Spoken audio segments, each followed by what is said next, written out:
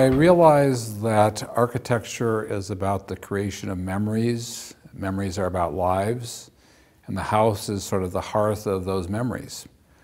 And I find it an intriguing scale and purpose to a house that is so elemental, and I believe very much in basics. And the house becomes these wonderful sketch problems that, I listen well, I hope, and in listening, you have the opportunity to not bring yourself to the table as much as create things that reflect your client's expectations and desires, and that's very gratifying.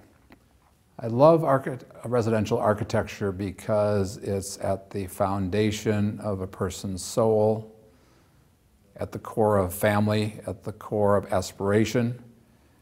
And in these simple homes that I aspire to create with my clients, I'm able to interpret their dreams of a life, and through my experiences and my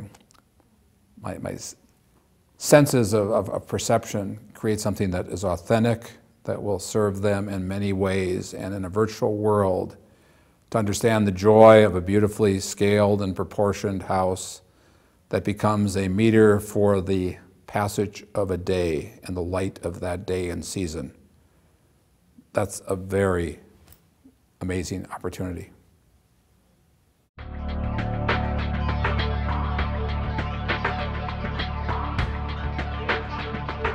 Residential architecture, I think, again, is at the heart of a family, whatever that's defined as in the early 21st century. It is not the traditional, 2 kids and a dog and a pair of parents forever. And I think that, the home is where people sort of find themselves, and it's that place where that experience can raise their belief in what's possible.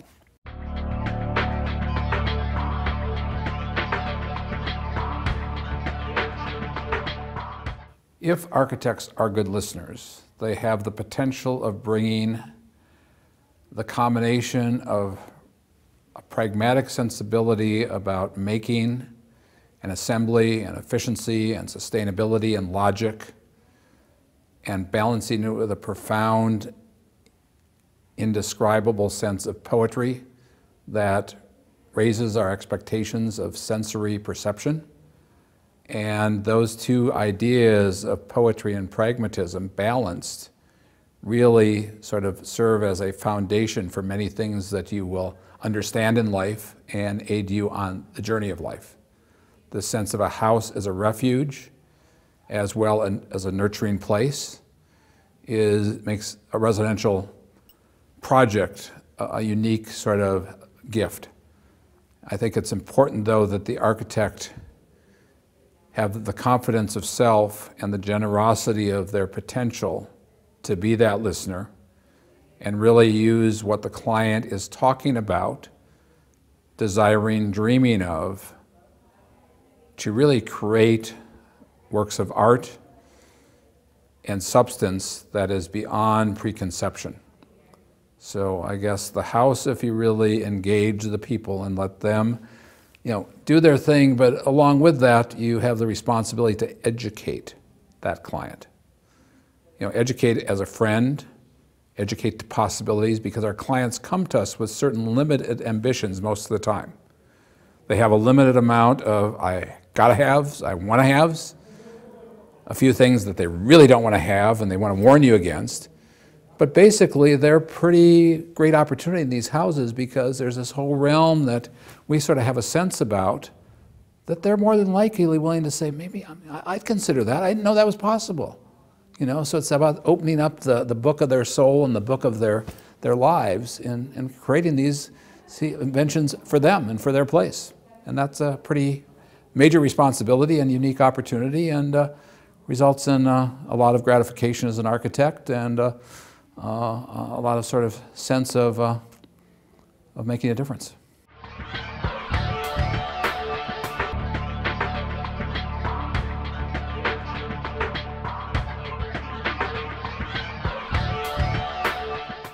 I think it's going to look better than it has in recent past, because we're going to move from a period of accepted or expected excess and McMansions on whatever scale of the finely designed machine, this jewel-like piece.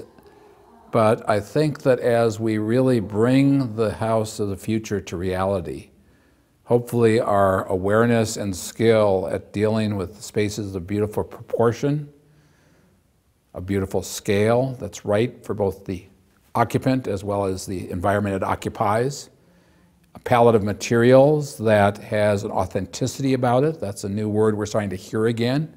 It's more not about something that's faux, but something that's real. So that's a really good thing that's going to happen.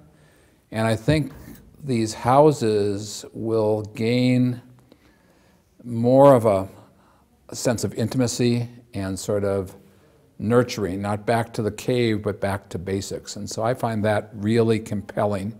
And I think people, because of where they've been and some of the challenges and questions that we deal with every day in this new world we've inherited, I think what we're going to find is that there will be something really that, as architects, if we respect that, we're going to be able to create some things that the likes of which we haven't seen for a long, long time. They're really going to be about, you know, these houses are going to represent the real rather than the virtual.